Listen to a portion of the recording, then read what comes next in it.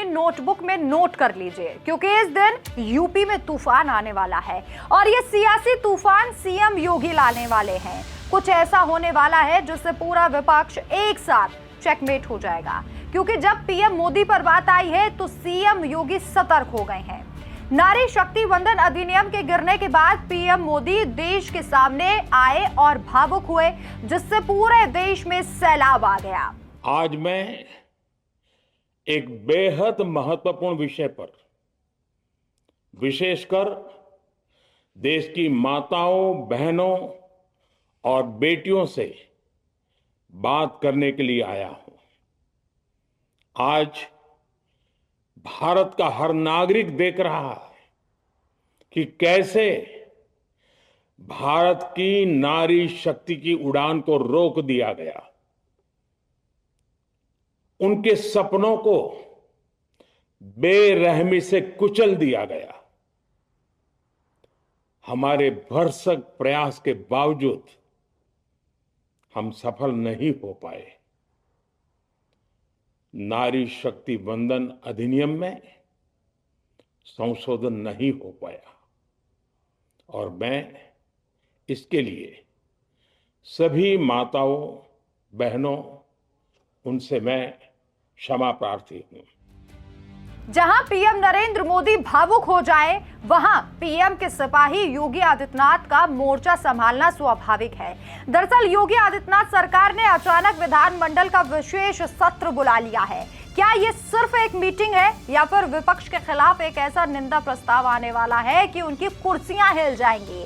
विपक्ष अभी भी सोच रहा है कि यूपी में सब कुछ शांत है, लेकिन 30 तारीख को जो कुछ होने वाला है उससे उनके पैरों तले जमीन खिसक जाएगी। योगी सरकार ने 30 अप्रैल को विधानमंडल का विशेष सत्र बुलाया है। मुद्दा है महिला आरक्षण। संसद में इंडी गठबंधन कांग्रेस और सपा ने पीएम मोदी के नारी शक्ति वंदन अधिनियम को रोक दिया, बिल को हराया, महिलाओं के साथ धोखा किया।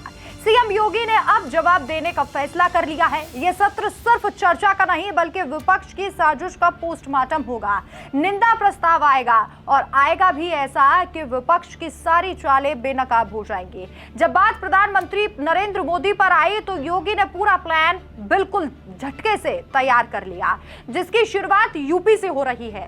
पीएम मोदी की महिला सशक्तिकरण की दिशा में यूपी अब लीड करेगा। संसद में इंडी ने क्या किया? बिल पास होने से रोक दिया। राहुल गांधी, अखिलेश यादव और उनके साथी संसद में अपमान करने लगे। इसी पर गुस्से में सीएम योगी ने साफ कहा था कि यह भारत माता का अपमान है। उत्तर प्रदेश की नारी शक्ति इस धोखे को कभी नहीं भूल सकती।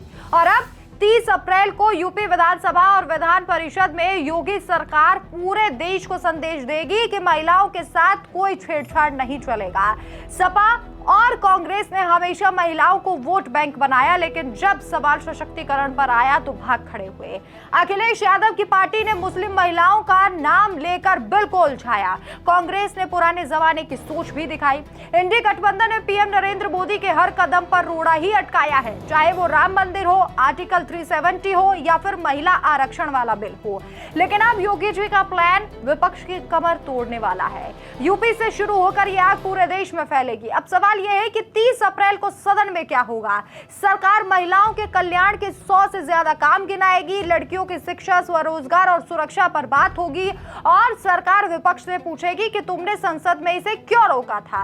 निंदा प्रस्ताव पास किया जा सकता है, जिसका विपक्ष के पास कोई जवाब भी नहीं होगा। सीएम योगी का यह कदम सिर्फ यूपी तक सीमित नहीं, ये पीएम मोदी के विजन का अगला चरण है। 2029 के चुनाव से पहले सीटों का परिसीमन, महिला आरक्षण लागू करने का रास्ता यूपी से साफ हो रहा है। विपक्ष हालांकि अभी भी हंगामा करने की तैयारी में है, लेकिन 30 तारीख को योगी सरकार का तूफान उन्हें चुप करा देगा। उत्तर प्रदेश की 12 करोड़ आबादी, खासकर महिलाएं, इस सत्र का इंतजार कर रही हैं। आपकी क्या राय है? क्या सीएम योगी का ये खास सत्र विपक्ष को झुका पाएगा या फिर नहीं? कमेंट करके जरूर बताएं। नमस्कार।